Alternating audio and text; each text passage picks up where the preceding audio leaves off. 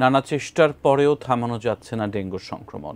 Dengue নিয়ন্ত্রণে গৃহীত কার্যক্রম নিয়ে সিটি কর্পোরেশনের দিকে প্রশ্ন তুলছেন রাজধানীবাসী। কীটতত্ত্ববিদদের মতে জনগণের সচেতনতার পাশাপাশি সিটি কর্পোরেশনের মনিটরিং আরও জোরদার করা জরুরি। সুমন শিকদারের ক্যামেরায় আরও বিস্তারিত তৌফিক হাসান তুহাদের রিপোর্টে। বৃষ্টি হলেই যেন ডেঙ্গুর প্রাদুর্ভাব বেড়েই চলছে নভেম্বর মাস। তবু দেশের বিভিন্ন জেলায় এখনও ডেঙ্গু আক্রান্তের খবর পাওয়া যাচ্ছে। রাজধানী ঢাকায় মশার দাপট এখন আর ঋতুভিত্তিক নয়, বরং বছর জুড়ে চলমান এক নাগরিক সংকটে পরিণত হয়েছে। দিনেও এডিস ও সন্ধ্যায় কিউলেক্স মশার আক্রমণে অতিষ্ঠ নগরবাসী। সচেতনতা বাড়লেও কমছে না এডিস মশার প্রজনন। তাদের অভিযোগ সিটি কর্পোরেশনের দায়িত্বহীনতার দিকে। যদি 20% থাকে মেডিসিন আর 80%-এর সাথে হয়তো পানি জাতীয় বা অন্য কিছু মিশানো এরকম মনে হচ্ছে, তার কারণে তো মশা মরার কথা। মশার উৎপাত তো বাড়ছেই। তো ওনারা মোটামুটি মাইকিং করছেন, এখন বাদ বাকি আমাদেরও কিছু দায়িত্ব আছে। শুধু ওনাদের মাইকিং দিয়ে তো হবে না, ওনারা তার পরিষ্কার করে দিবেন না, এই পরিষ্কারটা আমাদেরকেই করতে হবে।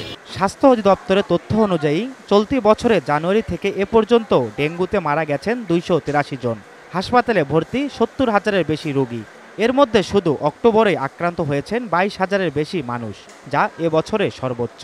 বৃষ্টি এবং বৃষ্টির পরবর্তী কয়েকদিন ইন্টেন্সিভলি তাদেরকে মনিটরিং করতে হবে, যাতে কোনোভাবে পানি জমে না থাকে, এবং যদি থাকে সেখানে প্রপারলি স্প্রে করা।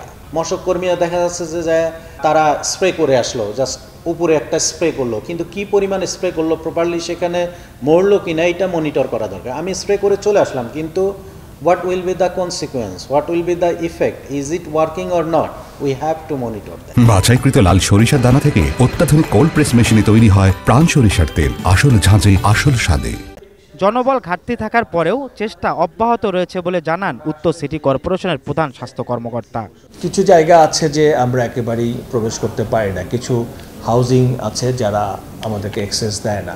টংঘর করে বস্তিবাসী যারা আছে, এবং দুই বাড়ির মাঝখানে যে প্যাসেজ, এত ন্যারো প্যাসেজ, সেখানকার ময়লাগুলো কালেক্ট করা যায় না।